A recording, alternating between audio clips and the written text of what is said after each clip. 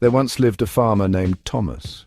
His life was simple, his days filled with the honest labor of his fields. He tended to his crops with calloused hands and a hopeful heart, his brow always dusted with the golden pollen of his whispering wheat.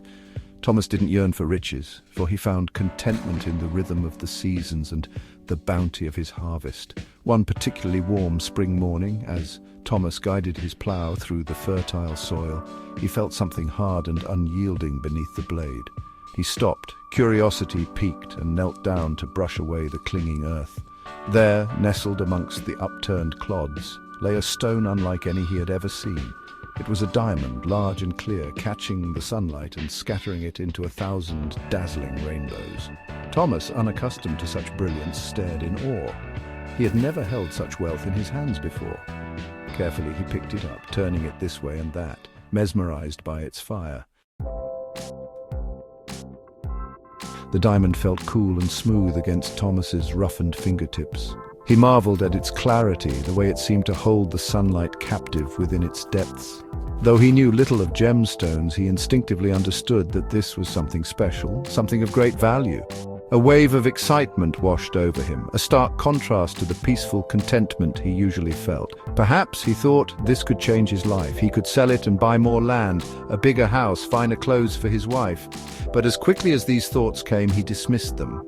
Thomas was not a greedy man, and the thought of trading this marvel for material possessions felt wrong somehow.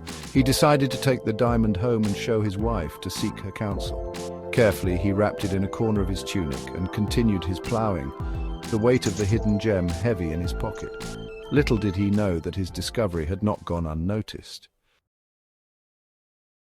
That night, as Thomas and his wife slept soundly, a shadow moved silently through the rafters of their humble cottage.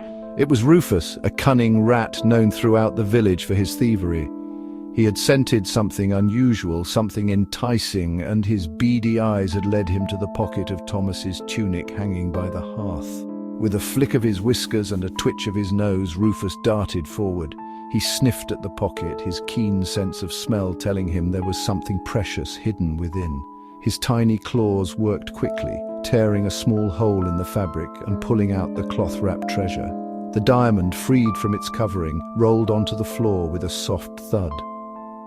Rufus, momentarily startled by the unexpected brilliance, scurried back into the shadows.